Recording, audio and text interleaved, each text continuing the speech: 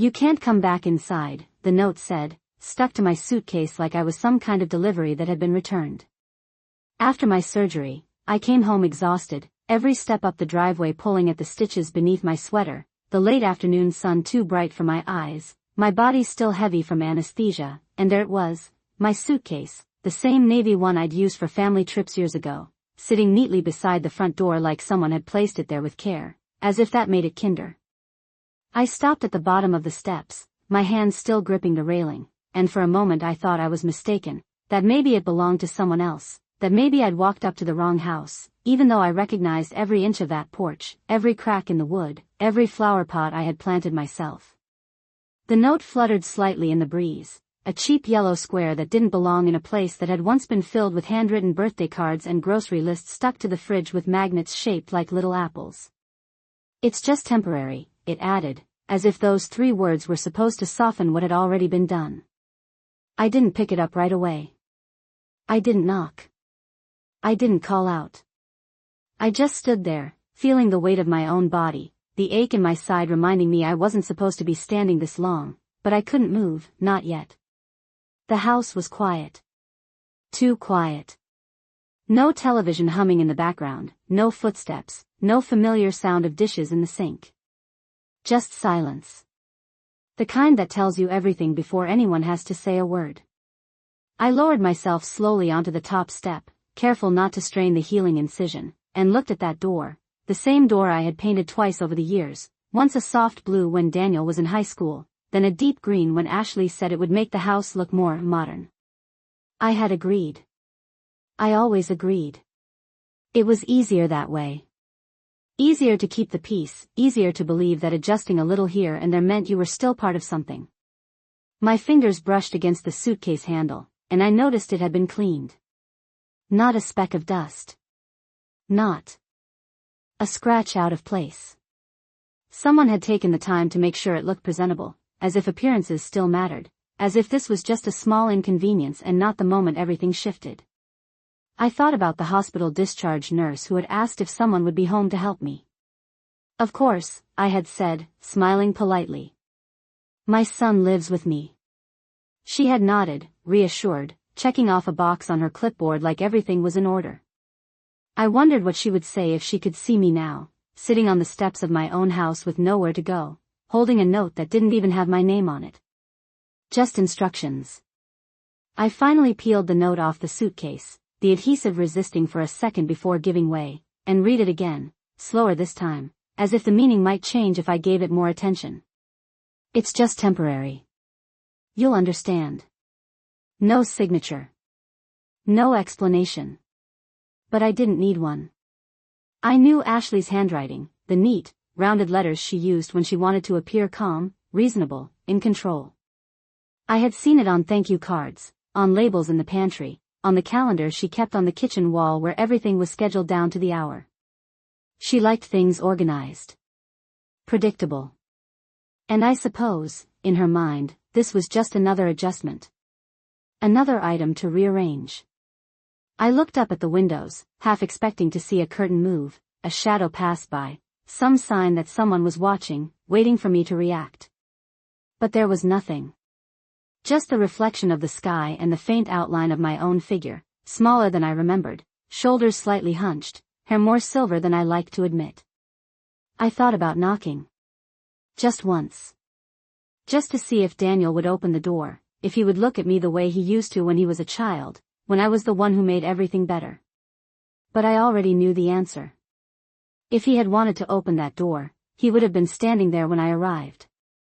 He would have helped me up the steps, taken my bag, asked how I was feeling. He would have been there. Instead, there was a suitcase. And a note. I exhaled slowly, the air catching slightly in my chest, and reached into my purse, my fingers brushing past my keys, my wallet, the small bottle of pills I was supposed to take with food. Food.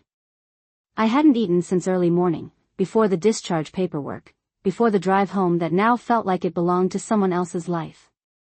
I pulled out my phone, the screen lighting up with the time, with a missed call from an unknown number, with a reminder about a follow-up appointment next week. Everything so normal. so routine. As if the ground beneath me hadn't just shifted. I stared at the contact list for a moment, my thumb hovering, not over Daniel's name, not over anyone who might offer comfort or confusion, but over a number I hadn't needed to call in years. The bank. I pressed it before I could second-guess myself, lifting the phone to my ear as it began to ring, the sound steady, measured, predictable. Something I could rely on. And as I sat there on the steps of the house I had once called mine, listening to that ring, I realized something I should have understood a long time ago. This wasn't temporary. And neither was what I was about to do next. The line connected on the third ring, a calm voice on the other end asking how they could assist me, and for a moment I did not speak because I was still sitting on those steps, still holding that note in my hand, still trying to understand how something so small could carry so much finality. But then I said my name, clearly, steadily, Margaret Collins, and I asked them to verify my identity, answering each question without hesitation. My date of birth, my address, the last 4 digits of my social security number, details I had repeated so many times over the years that they came out like a quiet rhythm, something familiar in a moment that no longer felt familiar at all. And when they confirmed who I was, when they said "Thank you, Mrs. Collins, how can I help you today?" I looked at the door one more time before I answered, just to be sure that nothing would change, that no one would suddenly open it and say there had been a mistake, that I should come inside, that everything was fine. But the door remained closed, and so I said, I would like to review all active accounts under my name, every single one, including any joint access. And there was a pause, not long, just enough for the woman on the other end to adjust her tone slightly, more attentive now, more careful. "Of course, Mrs. Collins, let me pull that up for you." And I could hear the faint clicking of keys, the quiet hum of a system that did not care about family or feelings, only records and ownership. And as I waited, I shifted slightly on the step, the movement sending a dull ache through my side, a reminder that my body was still healing even as something else inside me was settling into a different kind of clarity, a colder one. And when she came back on the line, she began listing them, one by one: checking account, savings account, investment portfolio, the house line of credit, each one tied to my name, each one something I had built over decades of careful planning, of saying no to things I wanted so I could say yes to security later. And then she said something that made me close my eyes for just a second. "I see there is an authorized user listed on 2 of your accounts," and she said the name gently, as if it might mean something to me, Ashley Collins. And I opened my eyes again, staring at that door, and I said, "Yes, I am aware," and my voice did not shake, not even a little. "I would like to remove that authorization immediately." There was another pause, this one longer, not because it was complicated, but because it was significant. "Yes, Mrs. Collins, I can assist with that, I just need your confirmation." And I gave it without hesitation, each word precise, deliberate, like I was placing something back where it belonged. And as she processed the request, I let my gaze drift to the windows again, remembering small things I had ignored before, the way Ashley had started asking more questions about the accounts, about the bills, about what was in my name and what could be simplified, the way Daniel had stopped discussing finances with me altogether, telling me not to worry about it, that they had it handled. And at the time I had thought it was kindness, that they were trying to take the burden off me, that they cared enough to step in. But sitting there now, with my suitcase on the porch and that note still folded in my hand, I saw it differently, not as care, but as preparation, careful, quiet preparation. And the woman on the phone came back, her voice steady. "It is done, Mrs. Collins. Ashley Collins no longer has access to your accounts." And I nodded, even though she could not see me. "Thank you," I said, and then I added, "I would also like to place additional verification on all transactions moving forward, no changes without my direct approval." She assured me it would be arranged, that everything would be noted, that my accounts would be secure. And when the call ended, I did not move right away. I just sat there, the phone still in my hand, the world around me quiet in a way that no longer felt empty, but focused, like everything unnecessary had been stripped away, leaving only what mattered. I looked down at the suitcase again, at the careful way it had been packed, because I knew it had been packed, not by me, but by someone who had gone through my things, chosen what I would take and what I would leave behind, someone who had decided what version of my life I was allowed to carry with me. And for the first time, that thought did not make me feel small, it made something else rise in me, something steady and unyielding. I reached for the handle and stood up slowly, ignoring the pull in my side, And instead of turning back to the door, instead of knocking or waiting or hoping, I stepped down from the porch, one step at a time, the suitcase rolling behind me with a soft, even sound, and as I walked down the driveway, past the mailbox with our family name still printed on it, past the garden I had planted years ago, I did not look back, because I already understood something they did not. They thought they had removed me from the house, but what they had really done was step into a situation they did not fully control, and as I reached the sidewalk, the late afternoon light stretching long shadows across the pavement, I tightened my grip on the suitcase handle and kept walking, already planning my next move, already knowing that temporary was a word people used when they hoped you would not notice something permanent had already begun. By the time I reached the corner of Maple and 3rd, the weight of the suitcase was no longer what I noticed. It was the silence of my phone that struck me, no message from Daniel, no call asking where I had gone, no explanation waiting for me, just a quiet screen that reflected my own face back at me like a stranger I had only just met, and I realized then that whatever had happened inside that house had not been sudden. It had been building for a long time, piece by piece, in moments I had chosen to ignore because they did not fit the version of my family I wanted to believe in. I kept walking until I reached the small coffee shop 2 blocks away, the one I used to visit on Saturday mornings before everything became scheduled around Ashley's preferences, and I pushed the door open slowly, the bell above it chiming softly, a normal sound that felt almost out of place in a day that had already shifted so far from anything normal. The young woman behind the counter smiled politely and asked what I would like, and for a second I almost said nothing, almost turned around, because I did not feel like someone who belonged anywhere at that moment, but then I ordered a cup of tea, something simple, something warm, and I paid in cash, watching as she handed me the receipt like this was just another ordinary transaction. I chose a seat by the window where I could see the street, placing my suitcase beside me, and I sat down carefully, letting the chair take some of the weight off my body, the warmth of the tea seeping through the cup into my hands, steadying me in a way I had not expected, and as I sat there, I let my mind move backward, not in a rush, not in panic, but slowly, deliberately, like turning pages in a book I had read before but never truly understood. I thought about the first time Ashley had suggested we combine certain expenses, how she had framed it as efficiency, as modern thinking, how she had smiled when I agreed, telling me it would make things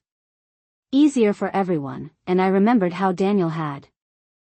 stood beside her, nodding, not looking at me directly, just agreeing in that quiet way that avoided conflict but also avoided truth. I remembered the small changes that followed, the way mail started being redirected, the way certain documents were no longer left on the kitchen counter where I could see them, the way conversations would pause when I entered the room, followed by quick smiles and reassurances that nothing was wrong, and at the time I had accepted it, because I did not want to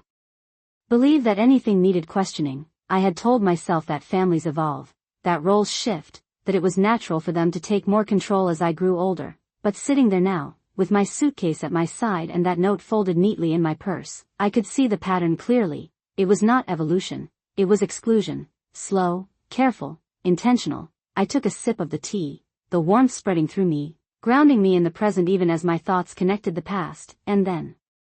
another detail surfaced, one I had almost forgotten, a conversation I had overheard weeks ago, late in the evening when I had come downstairs for a glass of water, their voices low but not low enough, Ashley saying something about timing, about how it would be easier once certain paperwork was finalized, Daniel asking if it was necessary, his tone uncertain, and Ashley responding with calm certainty, explaining that it was the most practical solution, that it would benefit everyone in the long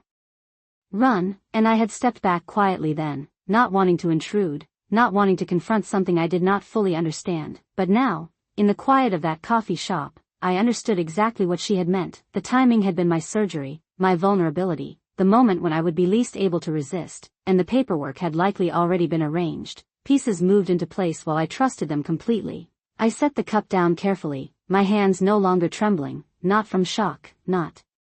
from pain, but from a growing sense of clarity, and I reached into my purse again, pulling out my phone, scrolling through my messages, stopping at Daniel's name, the last message from him simple and ordinary, asking if I needed anything before the surgery, and I almost smiled at the memory of it, because now I could see the distance even in those words, the absence of something that used to be there, something genuine, something connected. I did not call him, I did not send a message, because I understood that whatever conversation needed to happen would not happen over a phone. It would happen when I was ready, on my terms, not theirs. Instead I opened my email, searching for a contact I had not reached out to in years. Mr. Henderson, the attorney who had helped me set up my estate after my husband passed, his name appearing quickly, unchanged, reliable, and I hovered for a moment before selecting it, not out of hesitation, but out of recognition that this was the next step, not an emotional reaction, not a desperate move, but a deliberate one, and as I began typing, explaining that I needed to review all current documents, all ownership details, all legal authorizations, I felt something settle inside me, something firm, something unshakable, the kind of understanding that does not come from being told, but from finally seeing, truly seeing, and when I finished the message and pressed send, I leaned back in the chair, looking out at the street where people passed by without noticing me, without knowing what had just shifted in my life, and for the first time since I had seen that suitcase on the porch, I did not feel like I had been pushed out. I felt like I had stepped away from something that no longer deserved my presence, and as I sat there, waiting, not for them, not for answers, but for the next move to unfold, I realized that everything they had planned depended on one thing, my silence, my compliance, my willingness to accept what they had decided, and slowly, almost imperceptibly, I shook my head, because that was the one part of their plan they had gotten completely wrong. The email was sent, and for a few seconds I simply stared at the screen, watching the small confirmation message appear as if it carried more weight than it should, but it did, because that single message marked a line I had just crossed, one that could not be uncrossed, and as I lowered my phone onto the table beside the cup of tea that had already started to cool, I felt something unfamiliar settle into place, not relief, not anger, but something steadier, something clearer, like finally adjusting your vision after years of seeing everything just slightly out of focus, and I leaned back in the chair, my eyes drifting once more to the street outside, but I was no longer really looking at it, I was looking inward, replaying moments that had once felt ordinary but now revealed something else entirely, something I had overlooked not because it was hidden well, but because I had chosen not to question it. I thought about the day Ashley first moved into the house, how she had stood in the doorway with that same polite smile, her voice soft and appreciative as she thanked me for welcoming her, how she had called me Mom, so easily, so naturally, and how I had believed it meant something. I had believed that word carried weight, that it came with respect, with care, with a sense of shared belonging, but now I understood that for her, it had been a strategy, a way to position herself closer, to gain trust, to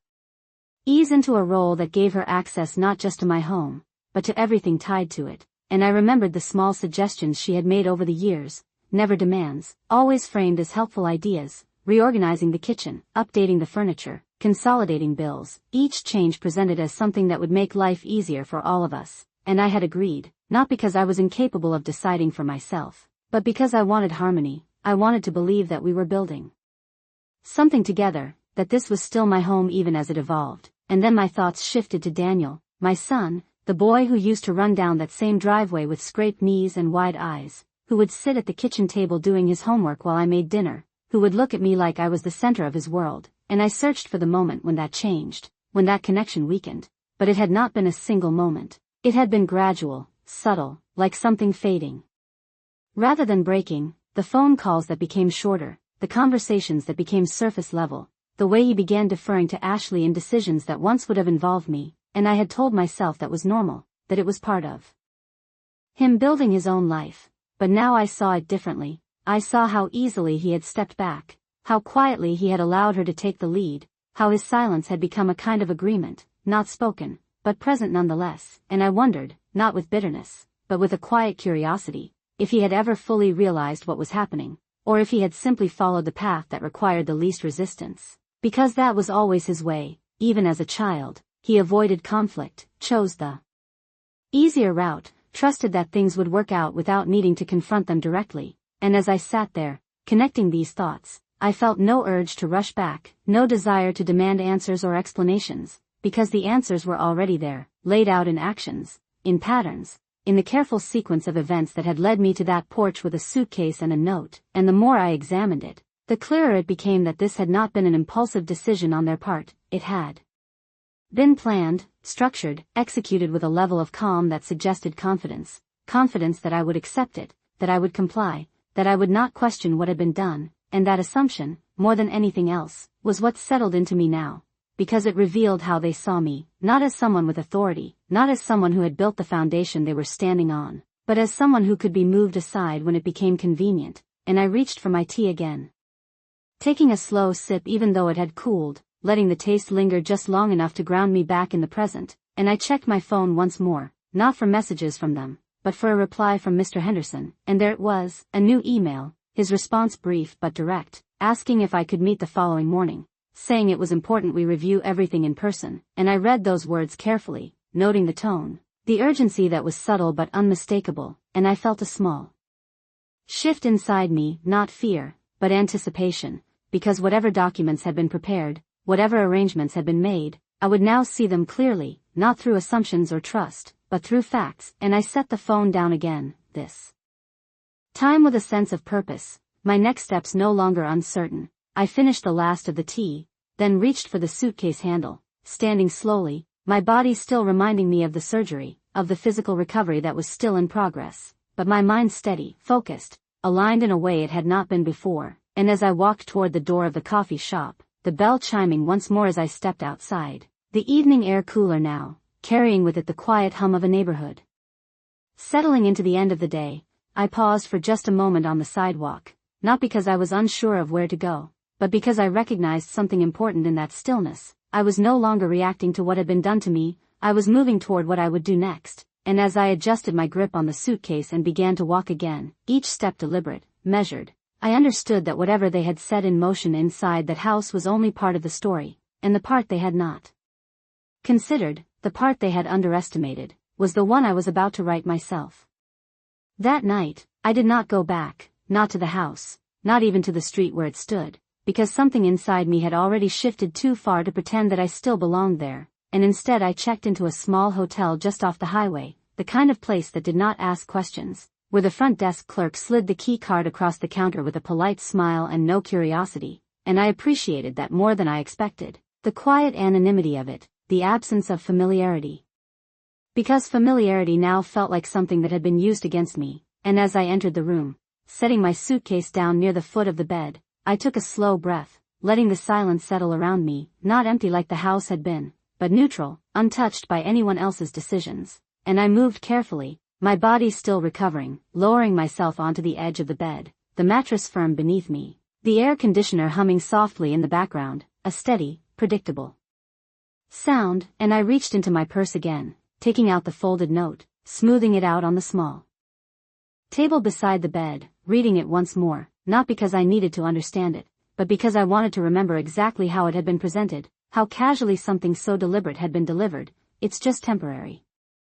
You'll understand, and I let those words sit there in front of me, no longer confusing, no longer hurtful in the way they had first been, but revealing, because now I understood what they had truly meant, not temporary in the sense of a short inconvenience, but temporary in the sense that they believed I would accept it, that I would adapt, that I would quietly transition into whatever role they had decided for me next. And I leaned back slightly, my eyes drifting to the ceiling as I let that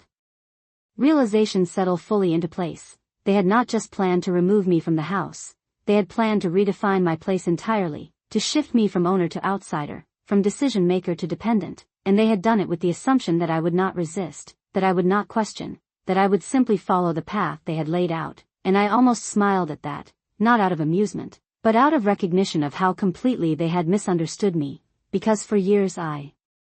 had been accommodating. Yes, I had agreed, adjusted, allowed changes to happen without confrontation, but that had never meant I was unaware, it had never meant I was incapable, it had simply meant I had chosen peace over conflict, and now that choice had been taken from me, replaced with something else, something clearer, something that did not require me to raise my voice or demand anything, only to act. And I reached for my phone again, opening my calendar, confirming the meeting with Mr.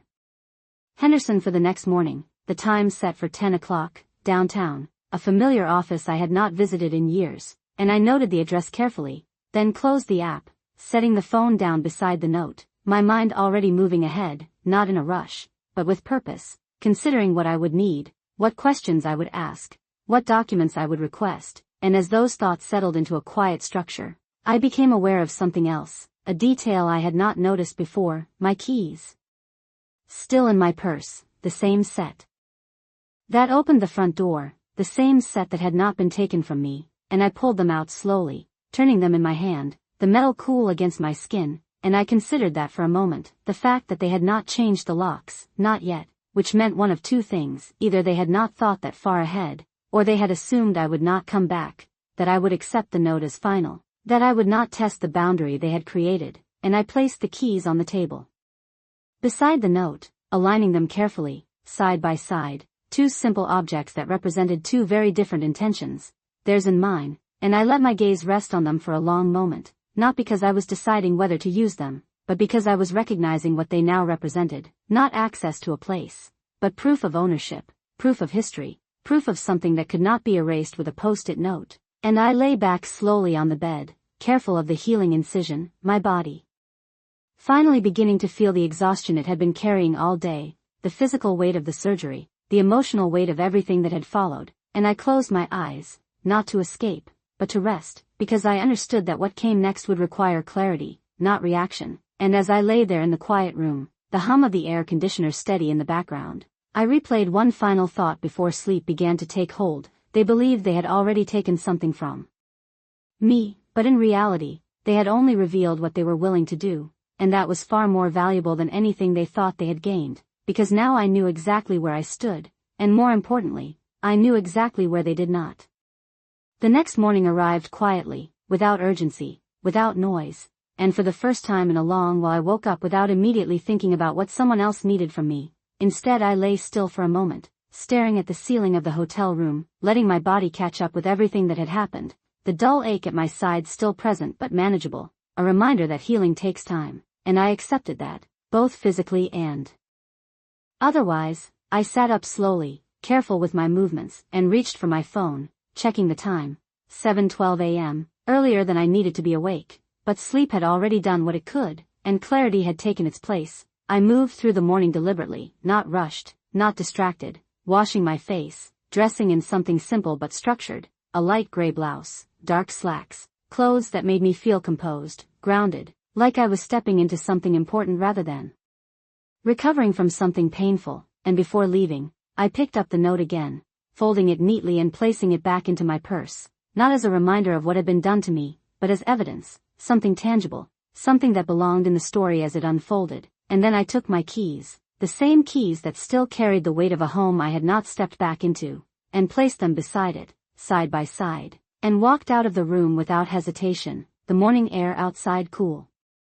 and steady, the kind of day that did not announce itself, just existed, and I drove downtown, the familiar streets passing by in a quiet rhythm, storefronts opening, people beginning their routines, everything moving forward as if nothing had changed, and in a way, that was true. The world had not shifted, only my understanding of it had, and when I arrived at Mr. Henderson's office, I parked carefully, turning off the engine and sitting there for a moment, not because I was unsure, but because I recognized the significance of what I was about to confirm, and then I stepped out, walking toward the building with a steady pace, each step measured, intentional, the glass doors opening into a quiet lobby that smelled faintly of polished wood and paper. The receptionist looked up and smiled politely, asking my name. And when I said Margaret Collins, her expression shifted slightly, not in surprise, but in recognition. She asked me to have a seat, and within minutes, Mr. Henderson himself appeared, older than I remembered but still composed, his presence calm, grounded. He greeted me warmly, but there was something in his eyes, something attentive, something that suggested he already understood that this meeting was not routine, and he led me into his office, closing the door gently behind us, offering me a seat, and once I was settled, he did not begin with small talk, he did not ask unnecessary questions, he simply opened a file on his desk and looked at me directly, and said, "I reviewed your email, Margaret, and I think it is important we go through everything carefully," and I nodded, my hands resting lightly in my lap, ready, and he began, explaining the current structure of my estate, the ownership of the house, the accounts, the authorizations that had been added over time, and as he spoke, he turned the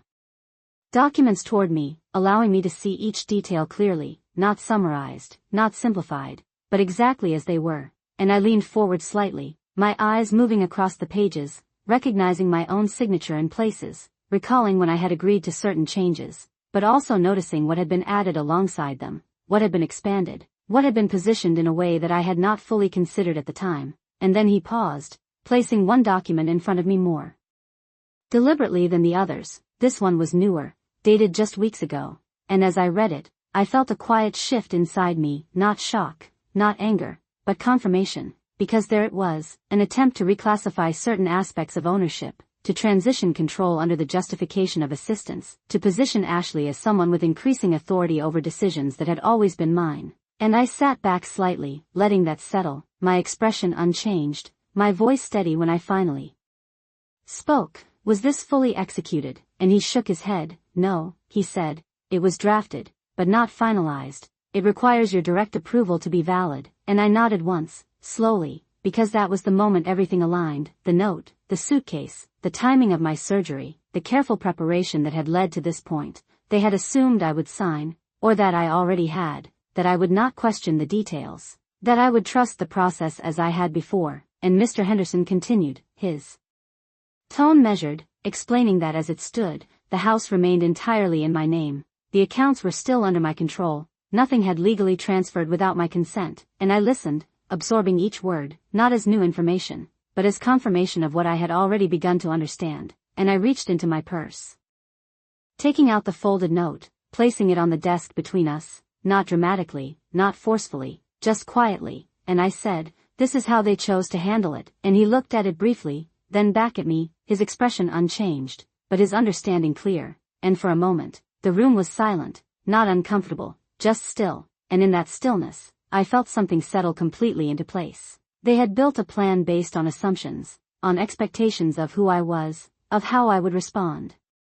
But they had miscalculated the one thing that mattered most. They had assumed I would not look closely, that I would not question, that I would not act, and as I looked at those documents, at my name, at the structure that still stood exactly as it should, I realized that everything they had done so far had only exposed their intentions without giving them the outcome they expected, and I lifted my eyes to Mr. Henderson, my voice calm, precise. "I would like to make some changes," and as I said it, there was no hesitation, no uncertainty, just a clear understanding that what came next would not be a reaction to what they had done, but a decision made entirely on my terms. Mr. Henderson did not ask what kind of changes, he simply reached for a clean sheet of paper, his pen poised, ready, because he understood something that I had only just fully accepted myself, that this was not a moment of hesitation, it was a moment of decision, and I leaned forward slightly, my hands resting calmly on the desk, my voice steady as I began to outline what needed to happen, not in anger, not in reaction, but with a clarity that left no room for doubt. "I want all prior authorizations reviewed and revoked where necessary," I said, "every single one, and I want a full audit trail of any access granted over the past 2 years," and he nodded, writing it down without interruption, his expression focused, professional, and I continued, "I want to update my will, immediately, and I want to restructure ownership protections so that no future adjustments can be made without direct legal verification in person, not digital, not assumed, in person," and again, he nodded.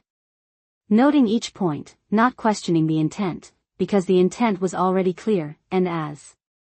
I spoke, I realized something important. I was not undoing what they had tried to do, I was redefining what would be possible from this moment forward, and that distinction mattered, because it meant I was not reacting, I was leading, and when I finished, there was a brief silence, not heavy, not uncertain, just the natural pause that follows something complete, and Mr. Henderson looked up at me, his eyes steady, and said, "I will prepare everything today, Margaret, but there is one thing you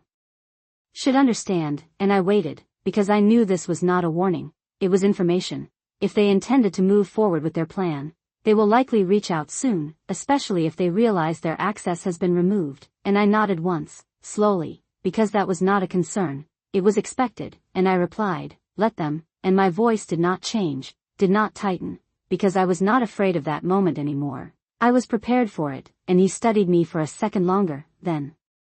gave a small, almost approving nod, as if recognizing that whatever had brought me here had already done its work, and the rest would simply follow. We spent the next hour going through documents in detail, each page reviewed, each clause clarified, not rushed, not skimmed, because this time I was not relying on trust, I was relying on understanding, and as we worked, I noticed how different it felt, not overwhelming, not complicated, but precise, controlled, each decision mine, each adjustment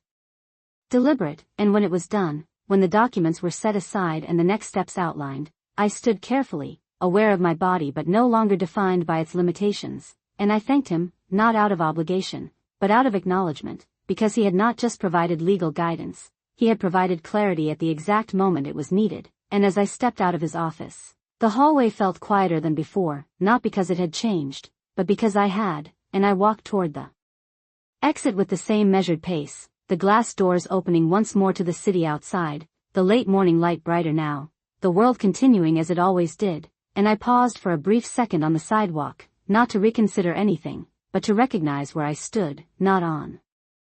the outside looking in, but at the center of my own decisions again, and as I reached for my phone, it vibrated in my hand before I could unlock it, a call coming through, and I did not need to look at the name to know who it was, but I did anyway, Daniel, and I let it ring once, twice, 3 times, not out of hesitation, but because I understood that answering this call was not about reacting, it was about timing, and when I finally swiped to answer, I did not speak first, I let the silence settle on the line, and then his voice came through, uncertain, edged with something I had not heard in a long time, urgency. Mom, where are you? And I closed my eyes for just a second, not because the question affected me, but because it confirmed everything, and when I answered, my tone was calm, even, I am exactly where I need to be, Daniel, and there was a pause on his end, longer this time, and then he spoke again, faster now, words overlapping slightly. Ashley said you left, she said you were upset, we did not mean for it to be like that, and I listened, not interrupting, not correcting, just letting him speak, because sometimes what people say when they are trying to explain tells you more than anything else, and when he finished, when the line went quiet again, I responded with the same steadiness I had carried since that moment on the porch. You already decided how it would be, I said. You just did not expect me to respond, and there was no accusation in my voice, no raised tone, just a simple statement, and I could almost hear him trying to process it, trying to find the right words, but before he could, I added, we will talk soon, but not like this, and I ended the call before he could reply, not out of dismissal, but out of control, because for the first time in a long time, I was not being pulled into a conversation on their terms, I was setting the terms myself, and as I lowered the phone, slipping it back into my purse, I felt no need to rush, no need to explain further, because everything that needed to be understood would be made clear soon enough, and as I stepped forward, continuing down the sidewalk, the city stretching out ahead of me, I realized that what they thought was the beginning of my removal had actually been the beginning of something else entirely, something they had not planned for, something they could not control, and that was exactly where I intended to stay.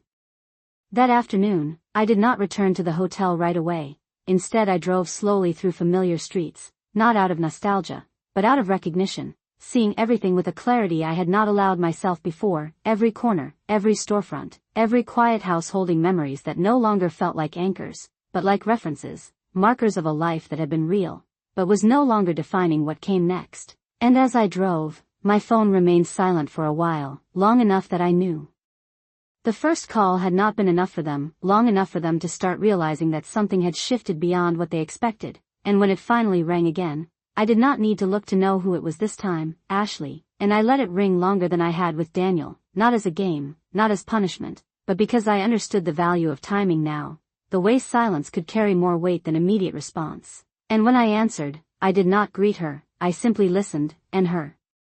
voice came through sharp at first, controlled but strained. Margaret, where are you? We need to talk. And I noticed the difference immediately, not Mom, not even an attempt at warmth, just my name, direct, transactional, and I almost appreciated the honesty of it. I replied calmly, I am available to talk, but not like this, and there was a pause, shorter than Daniel's, more calculated, and then she adjusted her tone. Softer now, measured, we were just trying to help, you should not be alone.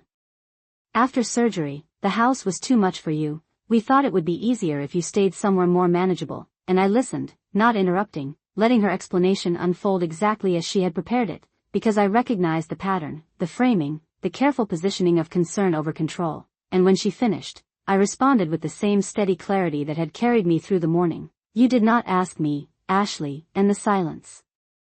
that followed was immediate, not confused, not uncertain, just interrupted, and I continued, my voice even, you made a decision about my home, about my life, and you expected me to accept it without question, and I did not raise my tone, I did not accuse, I simply stated what was already true, and I could hear the shift on the other end. The moment where the conversation stopped following her script and moved into something she had not prepared for. "Margaret, that is not fair," she said, her voice tightening slightly. "We have been taking care of everything for you." And I let that sentence sit there for a second before responding, not rejecting it, not arguing, just placing it where it belonged. Taking care of something does not mean it belongs to you. And this time the silence lasted longer, and I could almost feel her recalculating, adjusting, trying to regain control of the conversation. "We should meet," she said finally. "We can explain everything properly," and I nodded slightly. Even though she could not see me, because this was the moment I had already anticipated. "Yes," I said, "we will meet, tomorrow afternoon, at the house," and I chose my words carefully, not asking, not suggesting, stating, and there was a brief hesitation on her end, just enough to confirm that this was not how she expected this to unfold, but she agreed. "Of course," she said, "we will be here," and I ended the call without adding anything else, because there was nothing else that needed to be said. The terms had been set, and as I lowered the phone, I felt no rush, no anxiety about what the meeting would bring, because I already understood the foundation of it. They would come prepared with explanations, with justifications, with carefully constructed reasons that positioned their actions as necessary, even beneficial, and I would listen, not because I needed their explanation, but because it would confirm exactly how far they were willing to go to maintain their narrative. And I turned the car slowly, heading back toward the hotel, the afternoon light stretching across the road in long, quiet lines, and as I drove, I thought about the house, not with longing, not with regret, but with clarity. It was not just a place, it was a structure tied to decisions, to ownership, to authority, and tomorrow. All of that would be placed back into its proper context, not through confrontation, not through raised voices, but through something far more precise, far more final. And as I pulled into the hotel parking lot, turning off the engine and sitting for a moment in the quiet, I allowed myself one final thought before stepping out. They believed they had already changed my position, but what they had really done was reveal their own, and tomorrow, they would finally understand the difference. The next day, I arrived at the house 10 minutes early, not because I was uncertain, but because I understood the value of being present before anything began. The driveway looked exactly the same, the garden still trimmed, the front door still that deep green Ashley had chosen, nothing outwardly different, nothing that would suggest what had been attempted just hours before, and I stepped out of the car slowly, my body steady now, the discomfort still there but no longer distracting, and I stood for a moment at the edge of the driveway, looking at the house not as a place I missed, but as something I was about to redefine, and then I walked forward, my steps measured, the same path I had taken countless times, but this time without hesitation, without expectation, just clarity. And when I reached the door, I did not knock, I simply took out my keys, the same keys I had held the night before, and I inserted one into the lock, turning it smoothly, the mechanism responding exactly as it always had, because nothing had changed where it mattered, and I opened the door, stepping inside without announcement, the air inside familiar but different, not because it had changed, but because I no longer belonged to it in the same way. I belonged above it now, and I closed the door quietly behind me, the sound enough to announce my presence, and within seconds I heard movement, footsteps from the living room, Ashley appearing first, her expression shifting instantly from composed to startled, and behind her Daniel followed, his face uncertain, searching, and for a moment no one spoke, the silence stretching just long enough to settle into something real, and then Ashley recovered, her posture straightening, her voice controlled. "Margaret, you cannot just walk in like that," and I looked at her calmly, my hand still resting lightly on my purse strap, and I replied without raising my voice, "This is my house, Ashley," and the words did not echo, they did not need to, they simply existed, and I stepped forward into the living room, taking in the space, noticing small changes, a different arrangement of furniture, items moved, adjusted, subtle shifts that suggested ownership being assumed, not granted, and Daniel stepped closer, his voice softer. "Mom, we were going to talk about everything, we did not want you to misunderstand." And I turned to him, not with anger, not with disappointment, just with a steady awareness. "You already made your decision, Daniel," I said, "now I am making mine," and I reached into my purse, not hurried, not dramatic, just deliberate, and I placed a folder on the coffee table between us, opening it slowly, the documents inside neatly arranged, visible, clear, and Ashley's eyes moved immediately to them, her expression tightening just slightly, and I spoke again, calm, precise, every word placed exactly where it needed to be. all authorizations have been revoked, all access removed, and the ownership of this house remains entirely under my name, unchanged, and I watched as the information settled, not as a shock, but as something they had not prepared for, and Ashley stepped forward, her voice sharper now. That is not what we agreed on, and I met her gaze without hesitation. You assumed agreement, I corrected gently. There was no confirmation, and the silence that followed was heavier. This time, not empty, but filled with the collapse of something they had built on expectation rather than fact. Daniel ran a hand through his hair, pacing slightly, trying to find a way to reframe the situation. We were just trying to help, he said again, but the words sounded different now, thinner, less certain, and I nodded once, acknowledging without accepting. Help does not begin with removal, I said, and I let that settle, not pushing further, not needing to, because the point had already landed, and Ashley crossed her arms slightly, her composure tightening. What do you want, Margaret? She asked, and I recognized the shift immediately, from explanation to negotiation, from control to response, and I answered without pause. I want clarity, I said, my voice even. This house remains mine, any future decisions regarding it will be made by me, and I will not be removed from it under any assumption or arrangement you create, and I let the words sit, not demanding agreement, simply stating reality, and then I added, more quietly, but no less firmly, you had an opportunity to speak to me, to ask, to include me, you chose not to, and that choice has consequences. And Daniel stopped pacing, looking at me now with something closer to understanding, not agreement, not yet, but recognition, and Ashley said nothing, her expression controlled but no longer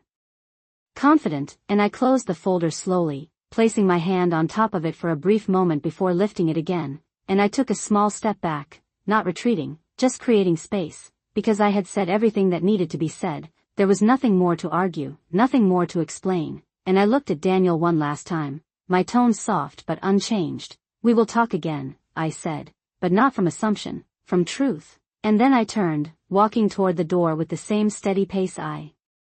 had entered, my hand reaching for the handle, opening it without hesitation, and before stepping out, I paused for just a second, not to reconsider, but to leave one final thing where it belonged. This house was never yours to decide, I said, not looking back, and then I stepped outside, closing the door behind me with a quiet, final sound, the kind that does not end something, but defines it, and as I walked down the steps, back into the light of the day, I understood something completely. They had tried to move me out of my own life, but in doing so, they had only revealed exactly where I needed to stand, and this time, I was not stepping aside.